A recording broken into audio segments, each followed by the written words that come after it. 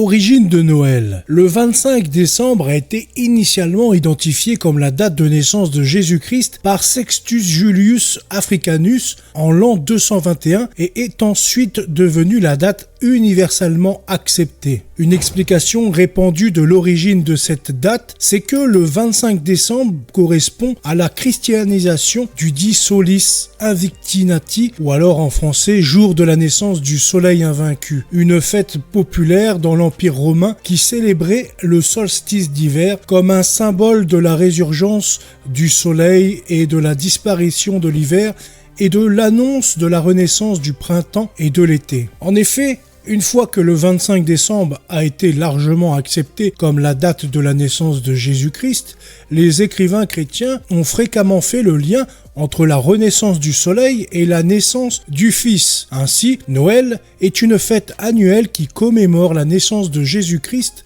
qui s'est fait chair pour habiter parmi nous. Dans la Bible, Marie et Joseph voyageaient de Nazareth jusqu'à Bethléem et comme il n'y avait plus de place dans l'auberge, l'enfant Jésus naît dans une étable et est placé dans une mangeoire. Sa naissance humble est célébrée par les chœurs d'anges et des bergers et les mystérieux mages qui lui offrent de précieux cadeaux. Dans la tradition catholique, la célébration de Noël ne se limite pas à la commémoration de la naissance de Jésus-Christ. Elle englobe également le mystère de l'incarnation qui comprend la conception de Jésus par le Saint-Esprit, sa naissance de la Vierge Marie, sa vie terrestre, sa mort sur la croix, sa résurrection et son ascension au ciel. Chacun de ces événements est célébré à différents moments de l'année liturgique, mais ils sont tous intégrés dans la célébration de Noël. L'Église et Noël. L'Église catholique a déterminé les 4 semaines précédant Noël comme l'Avent, un temps pour préparer le chemin du Seigneur pour sa venue en tant que roi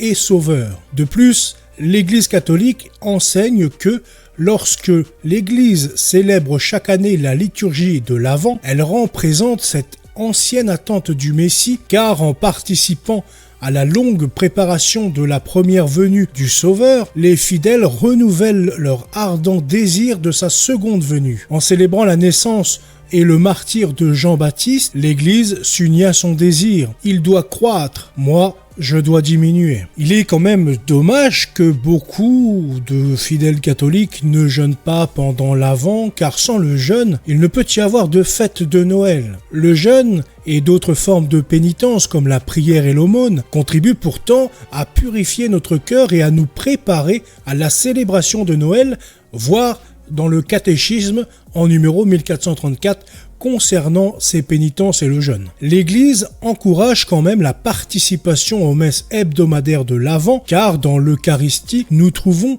la source et le but de notre préparation à l'Avent, le Christ lui-même, dont le sacrifice nous réconcilie avec Dieu. L'Église célèbre donc Noël principalement depuis le jour de Noël jusqu'à la solennité de l'Épiphanie qui commémore la manifestation du Seigneur comme sauveur du monde entier. L'Église donc traditionnellement célèbre Noël pendant 40 jours, culminant avec la fête de la présentation du 2 février. Pendant cette période, la naissance du Christ est célébrée comme une fête continue. Il est tout aussi important de célébrer pendant la période de Noël que de se préparer au Christ pendant l'Avent. La période de l'Avent est donc marquée par l'attente et la préparation de la venue du Christ. C'est un temps de prière, de pénitence et de charité, comme je l'expliquais plus haut, où les fidèles sont invités à se préparer spirituellement à la célébration de la Nativité. Les 4 dimanches de l'Avent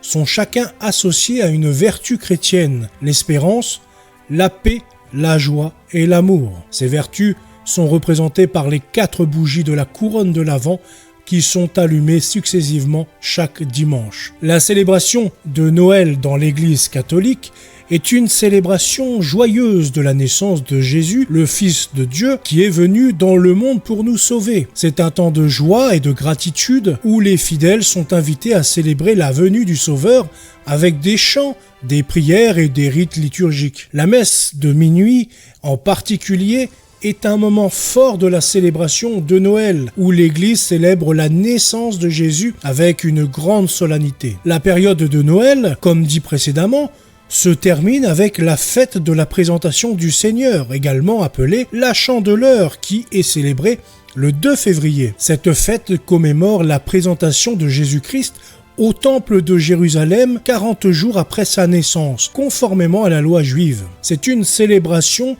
de la lumière de Christ qui éclaire le monde, symbolisée par la bénédiction et la procession des cierges. Parlons maintenant de l'arbre de Noël. Vous vous demandez peut-être pourquoi un arbre de Noël. Saint Boniface au 8e siècle a offert un sapin baumier aux druides, remplaçant ainsi le chêne, symbole de leur idole. Il affirmait ainsi que l'arbre de sapin est le bois de la paix, le signe d'une vie sans fin. Avec ses branches toujours vertes pointant vers le ciel, il ne sera jamais témoin d'actes de sang, mais sera plutôt rempli de dons aimants et de rites de bonté. Je ferme la citation. L'idée que l'arbre de Noël soit un rite païen volé par des chrétiens est entièrement fausse. Cela n'a aucun rapport, car la dévotion était tournée vers de faux dieux. Ces païens de cette époque se sont tous convertis au catholicisme. En évoluant théologiquement, ils ont fait bien entendu évoluer également leurs traditions afin de les orienter vers le vrai Dieu, Jésus-Christ. Dans notre tradition catholique, c'est pour honorer la nativité de notre Seigneur Jésus-Christ et non pas pour honorer la nature ou des faux dieux païens. Tout est en rapport avec le mystère de l'incarnation, tout est en lien et en relation avec Jésus-Christ. Rien n'est laissé au hasard. Dans la tradition catholique, l'arbre de Noël est également vu comme un symbole de l'arbre de vie présent dans le jardin d'Éden. Il rappelle la promesse de la vie éternelle offerte par Jésus-Christ. Les lumières de l'arbre symbolisant la lumière de Christ qui éclaire le monde de sa présence. Les petits cadeaux sous l'arbre rappellent le plus grand cadeau de tous, celui de la naissance de Jésus-Christ, le Sauveur du monde. De plus, l'arbre de Noël est souvent décoré le jour de la Sainte Barbe, le 4 décembre, une tradition remontant au Moyen-Âge. Les familles catholiques de cette époque, ou même encore aujourd'hui chez certaines familles, plantent du blé ou des lentilles dans 3 coupelles, symbolisant la Sainte Trinité. Si la récolte est belle, l'année sera propice. Ces coupelles sont ensuite utilisées pour décorer la crèche, une autre tradition catholique importante de Noël, représentant la nativité, la naissance de Jésus dans une étable de Bethléem. Ainsi, l'arbre de Noël devient un symbole fort de la tradition catholique, imprégné de significations profondes et de rituels qui enrichissent la célébration de la nativité éternelle en Jésus-Christ et la lumière qu'il apporte au monde. Cette tradition, loin d'être païenne, renforce la connexion entre les premiers chrétiens et leur foi, transformant chaque aspect en une célébration de la véritable essence de Noël. Alors, que fête-t-on à Noël quand nous ne sommes pas chrétiens ? Pour ceux qui ne sont pas chrétiens, Noël est quand même une occasion de se retrouver en famille, de se faire plaisir, de partager un bon repas et de s'offrir des cadeaux. C'est une fête qui peut être perçue comme matérialiste. Cependant, cette fête permet également de renouer avec l'amour du prochain et renouer avec l'unité de sa famille. Même si certains ne sont plus catholiques ou chrétiens et ne célèbrent pas la nativité du Seigneur, il reste quand même quelques traces de catholicisme, des vertus que la religion nous enseigne. Noël est également une période de générosité et de partage. C'est le moment où l'on pense aux autres, notamment aux plus démunis, aux pauvres, aux SDF, etc.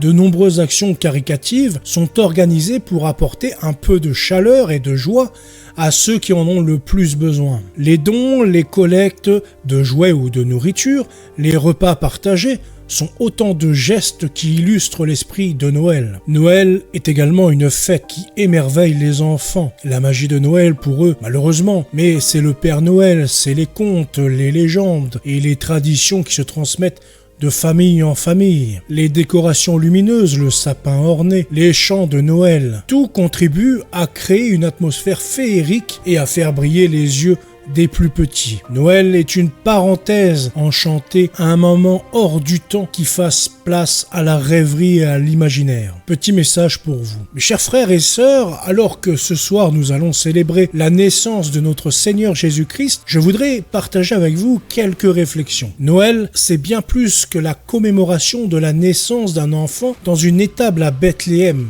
c'est la célébration de l'incarnation, le mystère insondable de Dieu qui se fait homme pour partager notre condition humaine, pour nous montrer son amour infini et pour ouvrir le chemin du salut. En cette nuit sainte, le Verbe s'est fait chair et a habité parmi nous, apportant la lumière de l'espérance dans notre monde, souvent assombri par le péché et la souffrance. Alors que nous préparons nos cœurs à accueillir de nouveau le Christ, je vous invite à contempler ce mystère avec un esprit de foi et d'émerveillement. Que chaque crèche que nous installons dans nos maisons, chaque messe à laquelle nous assistons, chaque chant de Noël que nous entendons, soit pour nous une occasion de renouveler notre engagement à suivre Jésus-Christ et à vivre selon ses enseignements. Alors que nous célébrons Noël, n'oublions pas que le Christ est venu pour tous les hommes, sans exception. Il est venu apporter la paix, la joie, l'unité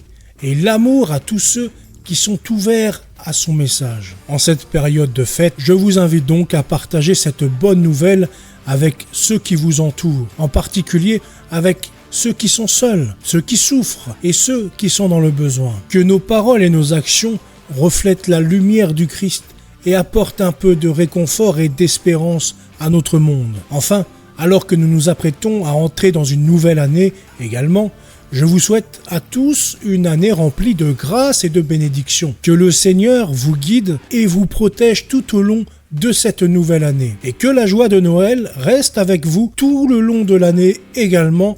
Et je souhaite vous remercier d'être aussi fidèle, de commenter, de liker, de regarder les lives et pour tout ce que vous faites pour la chaîne. Je vous souhaite donc un très joyeux Noël et une bonne année à tous.